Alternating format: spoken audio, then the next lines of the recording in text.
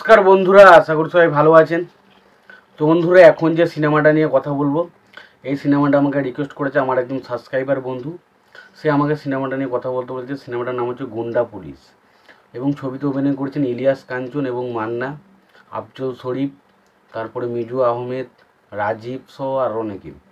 তো এই সিনেমাটাকে নিয়ে স্পেশালি এখন কথা হবে, সিনেমাটা ভালো নাকি খারাপ।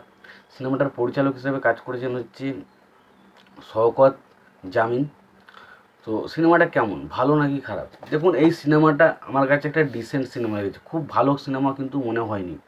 সিনেমার সবথেকে বড় প্রবলেম ছিল, দেখুন সিনেমার গল্পটা যে খারাপ সেরকম নয়, তবে সমস্যা ছিল যেটাতে, সেটা হচ্ছে স্ক্রিন প্লে বা চিত্রনাট্যর জায়গায় অনেকটা দুর্বল লাগায় সিনেমাটা। এবং সিনেমার যে ইমোশনাল পয়েন্ট, ছবিটা দারুণ কিছু হতে পারতো, বাট ছবিটা মানে অ্যাক্টিংটা কারো যেন মনে হচ্ছে সেইভাবে ফুটে উঠছে।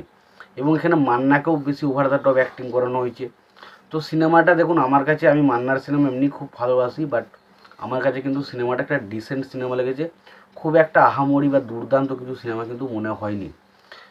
এবার আসি সিনেমাটার গল্পটার বিষয়ে। দেখুন, সিনেমাটার গল্পর বিষয়ে তো যাবো, তো তার আগে আপনাদেরকে একটাই কথা বলবো, যদি আপনারা চ্যানেলটায় নতুন হয়ে থাকেন অবশ্যই আপনারা চ্যানেলটা সাবস্ক্রাইব করে নেবেন। আর যদি আপনাদের ভিডিওটি ভালো লেগে থাকে অবশ্যই আপনারা লাইক কমেন্ট শেয়ার করতে ভুলবেন না।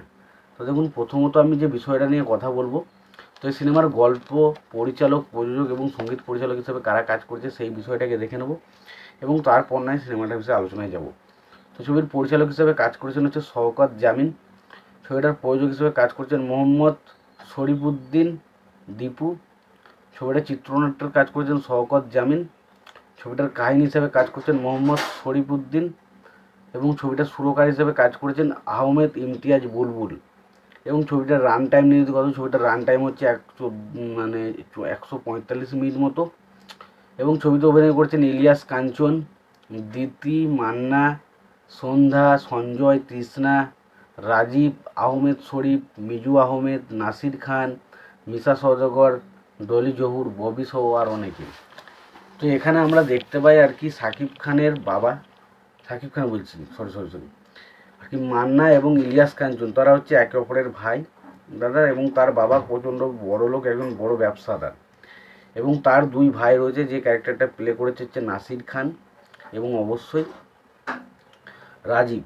তারা দুজন প্রচণ্ড মানে একটা অন্যরকম টাইপের মহিলা এবং তারা সবসময় চায় যে তার ভাইয়ের সম্পত্তি কীভাবে তাদের নামে বাগিয়ে নেবে। এবং তার ফলে তারা কি করে না, তার ভাইকে একটা ষড়যন্ত্রের মাধ্যমে ফাঁসি দিয়ে তার সম্পত্তিটা নিয়ে নেয় এবং তাকে খুন করে এবং খুন করতে যায়। এবং তার পরবর্তী সময় আমরা দেখতে পাই যে সেই বিয়েতেই কিন্তু তার মা, তার ছেলে এবং অসহায় হয়ে পড়ে এবং পরবর্তী সময় রাজীব সেই সমস্ত সম্পত্তি আত্মসাৎ করতে থাকে এবং বাকি মানে আর কি মান্না এবং ইলিয়াস কাঞ্চনের যে ছোটোবেলার ক্যারেক্টার তাদেরকে তাড়িয়ে দেওয়া হয়। এবং সেখানে তাদের মানে রাজীবের ছেলে বড় হয়, যেটার নাম হচ্ছে মিশা সওদাগর ক্যারেক্টারটা প্লে করে এবং সে একটু অন্যরকম হয়।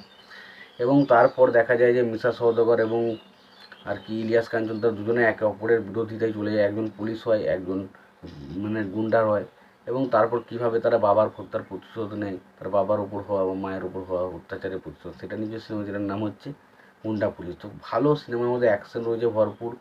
তো ওভারঅলে সিনেমাটা কিন্তু বেশ ভালো এন্টারটেন করতে পারে, তবে সিনেমাটার মধ্যে অনেক ত্রুটি বিচ্যুতি গাদা রয়েছে। সিনেমার মধ্যে ইমোশনাল পয়েন্ট গাদা আছে, বাট সেগুলো কিন্তু দারুণভাবে বাঁধা গেছে, ওয়ার্ক করে না এবং সেইভাবে কোনো ক্যারেক্টারে আমাদের মনের মধ্যে দাগ কেটে যায় না। তোমাদের কি মতামত সিনেমাটা নিয়ে অবশ্যই জানিও। ভিডিওটি ভালো লেগে থাকলে লাইক কমেন্ট শেয়ার করে দিও। চ্যানেলটা নতুন হয়ে থাকলে অবশ্যই তোমরা চ্যানেলটা সাবস্ক্রাইব করে নিও, পাশে বেল আইকনটা অবশ্যই প্রেস করে দিও।